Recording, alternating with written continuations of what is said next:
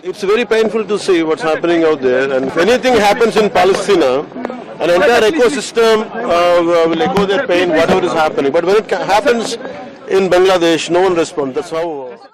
ఇదే మీరు ఊహించండి, ఇంకా ఏ ధర్మం మీదైనా సరే ఇలాంటి అపవిత్రం ఒక చర్చి మీద జరిగిన, ఒక మస్జిద్ మీద జరిగిన దేశం అల్లకల్లోలం చేసేస్తారు, ప్రపంచం అంతా మాట్లాడతారు, గ్లోబల్ న్యూస్ అయిపోద్ది.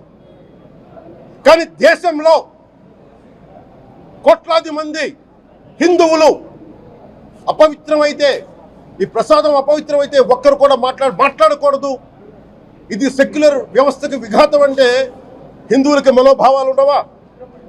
ఇది ఒక్కరు నిందించట్లా, అసలు మీరు ప్రస్తావన చేయకూడదు, ఇది తప్పు, ఇది మాట్లాడకూడదంటే ఎట్లా? ఇదే వేరే మతానికి మీరు అన్వయిస్తారా?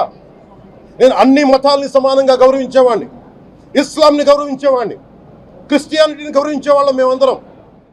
ఇదే వేరే ఇస్లాంకి జరిగిన, క్రిస్టియానిటీకి జరిగిన, జీసస్ క్రైస్ట్కి జరిగిన, మహమ్మద్ ప్రవక్తకి జరిగిన, అల్లాకి జరిగిన ఇలా ఉండేది కదా. ఇస్లాంని మనం ఎందుకంత కూర్చోబెట్టంత వాళ్ళు గౌరవించే విధానం చూస్తే నిజంగా మరే మనం హిందూ ధర్మాన్ని పాటిస్తే మనం గౌరవించుకోలేమో అనిపిస్తుంది మనకి. అది మిగతా మతాలను చూసి నేర్చుకోవాలి అధ్యక్షుడు. Before blaming anybody else, every Hindu has to take a responsibility for this. Every Hindu. నేను ఎంపీరియడ్స్ న్యూ క్లోజ్ లాగా చిన్నపిల్లోడు ఒక తప్పుని, రాజు చేసిన తప్పుని ఎలిగెత్తి చూపిస్తాడు. నేను అది మాట్లాడతాను.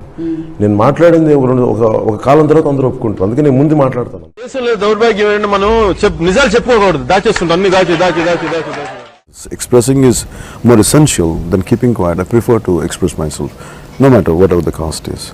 But it's not that I will be foolish. I choose, and also I go through a lot of thinking process. It's not that I want to irritate people. It's not that I want to make people angry. I said if there is some kind of imbalance or injustice, I want to put it in such a way to make them understand.